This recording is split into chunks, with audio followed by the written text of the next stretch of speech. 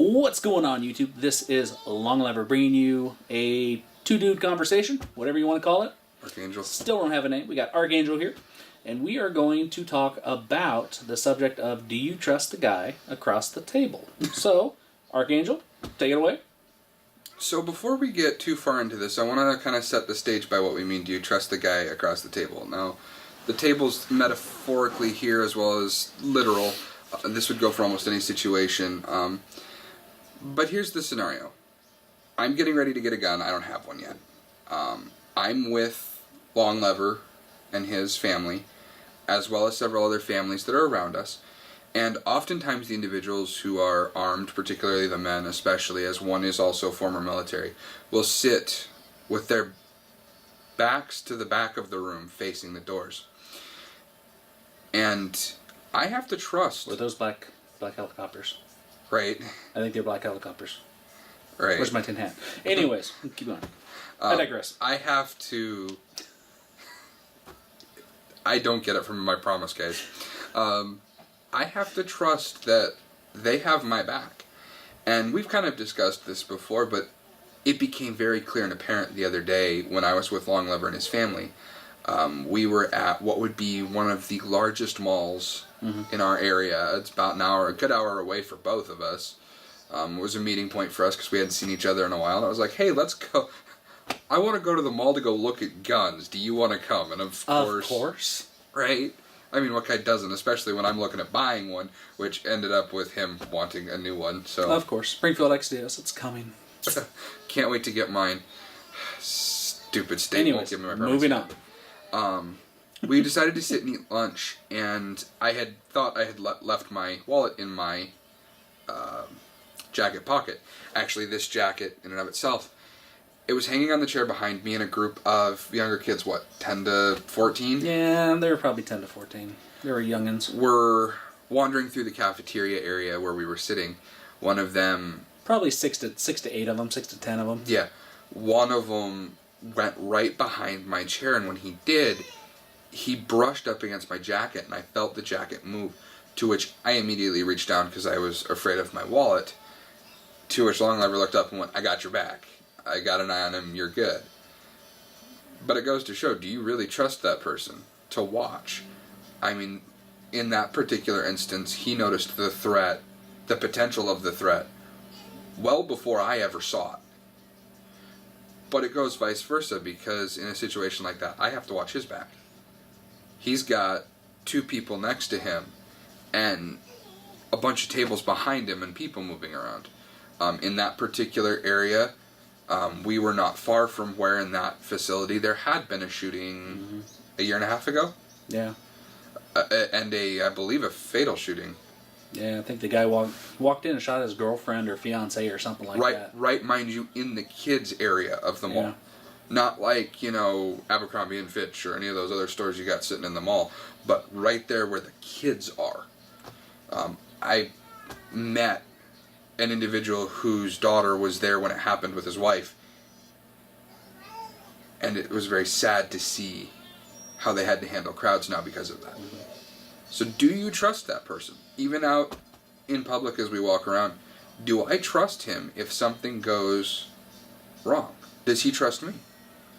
I mean, I know where he keeps his firearms. Should he become incapacitated? Does he know? Or better yet, I've got the shot and he doesn't. Does he know he can trust me to take it? We're going to be doing reactions training together for that very purpose. So let's go ahead and extrapolate a little bit. So, I like that word extrapolate, by the way. Extrapolate. It's a nice word. Greetings and salutations, kind sir. Extrapolate on that. So, oh geez, we digress so much sometimes. Alright, so, I'm paranoid. I'm very paranoid. He's instilling it in me. Unfortunately. I hate to be paranoid, but in this day and age, everybody's a threat. Unless I see your hands, you're a threat. And even if I do see your hands, if you're looking at me weird, you're still a threat. I do not like to sit with my back to A, a large crowd, or B, the entrance door. I don't like to sit with my back towards any door, honestly. So it's very unnerving. Mall food court, sucks in both ways because number one, I cannot get everybody in front of me, and the doors are 360. There's no way to cover them all. So what I end up usually doing is picking a seat 2 or 3 in, with the largest portion of crowd in front of me that I can get. Usually next to a pillar or wall. Yep. I mean, the only way you're going to fix that is if you all sit in a 360-degree circle, and then that just defeats the purpose. That's just boring then. It's like a reverse Knights of the Round Table. But that's kind of how I fix that. I'm always preaching, be alert, be in yellow. Of course, green, yellow, orange, red, and black. Green, you're oblivious, generally the liberal. Yellow, you are looking for threats. Red, orange, you have identified a threat, possible. Red, you are moving to defend yourself from that threat. And black, you are engaging the threat to end it, no matter what that means. So I try to constantly be in yellow. And I do not trust little groups of kids running around. Generally, when children group up into a pack, they make bad decisions and they do stupid things. Even some teenagers and even some adults. I am in that group with you, so. We make bad decisions. It's the group mentality. It's how riots get started. So a group of kids all together get in trouble. They get into things. They might try to steal things. And that's, of course, not all children. But so I watch packs of kids. I look for patterns. I look for people that look suspicious. I look for people that are watching me abnormally. Watch the ones that have the busy eyes. Yes, the ones that are looking everywhere. Because they're probably looking for somebody that's going to catch them doing something. And Archangel was sitting across from me, and I noticed the group of kids moving through the crowd. Mind you, there's not much space between tables and chairs. I mean, we're talking there's not like much space. We're talking one aisle that you skirt past. And worse than an airplane aisle. It is, actually. And because I sit with my back towards the smallest portion of the crowd so I can see the most, I saw them coming. And, of course, Archangel was sitting there looking at me, watching my back, so he didn't see the threat until it was right up on him. But, of course, I was watching. I had his back. And the kid walked behind him, he was walking, with his hands kind of, at chest level, doing something, maybe playing on a phone. And so I was not worried about it. If I can see your hands, I know what you're doing. To where if he would have been, like ducking around, messing with stuff, I couldn't see his hands. Maybe he was like lowered down, hands to his sides.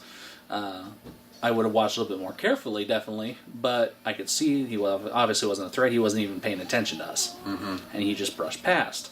So, I like that. Do you trust the guy across from you? Do you trust that the person that's sitting across from you is going to watch for threats from behind you and be the eyes in the back of your head?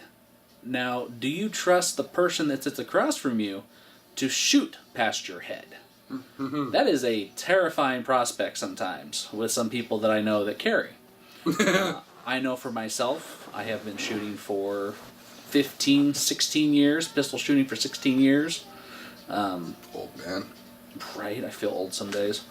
I will not call myself a marksman because I know people that can close their eyes, put the gun behind their backs, and shoot a paper plate at 100 yards with a pistol. But I practice a lot. I believe myself to be a greater than average, even into a good marksman. Definitely not an expert. But I put myself in that good level. I do believe that if there was a gunman behind Archangel here, that I could reliably draw my firearm, make sure that I'm not going to shoot him between the eyes as I take out the guy behind him. Do you trust that person that's sitting across from you to do the same? And does that change where you sit? Interesting things to think about. Well, and another thing to think about that Longlever and I have discussed is code words. True. Something to be said to tell me what to do. Even in the event that I'm armed, if there's a threat behind me and he says whatever that is, I know that if he says that and reaches for his sidearm, while I'm going to draw my own weapon, I'm going to be going to the floor because whatever's behind me is within striking distance, and I don't want them to have a stationary sit and duck target. Now what's interesting is I just thought of this. Sign language. Exactly. Very Probably much so. not a lot of people know sign language, however... We both happen to know it We ourselves. both happen to know quite a bit, and of course we're still learning, but... the signs for danger or threat or, hey, don't look behind you, there's a guy with a gun. Right. which would be a kind of a funny sign. Would take way too for long. All of the deaf people that are watching, we can sign a little. Yeah, a little. A lot, but a little. But this video is almost 10 minutes long already. In fact, we're almost hitting 11. So think about what we talked about today. Do you trust the guy across from you, or even lady? I'm sorry to all my lady viewers out there, which is approximately about 27% of you. Thank you. By the way, I am trying to get more lady stuff for this channel. Holsters, bags, purses, stuff like that. It's kind of hard, but my wife is working on some stuff. So that hopefully will be coming. Keep an eye out for it. But to tie up this video, of course, keep a constant training, keep a constant eye out. Live in yellow, like I've said probably hundreds of times before, and always watch your six. And if you have somebody to watch your six for you, life's a heck of a lot easier. So Archangel will be getting his channel up hopefully in the next couple of days, maybe a week, 2 weeks. He's getting it up. Been some hiccups. The link will be down below when he finally gets his channel live. He's going to have some cool stuff on there. So thank you, Archangel, for being a part of this video.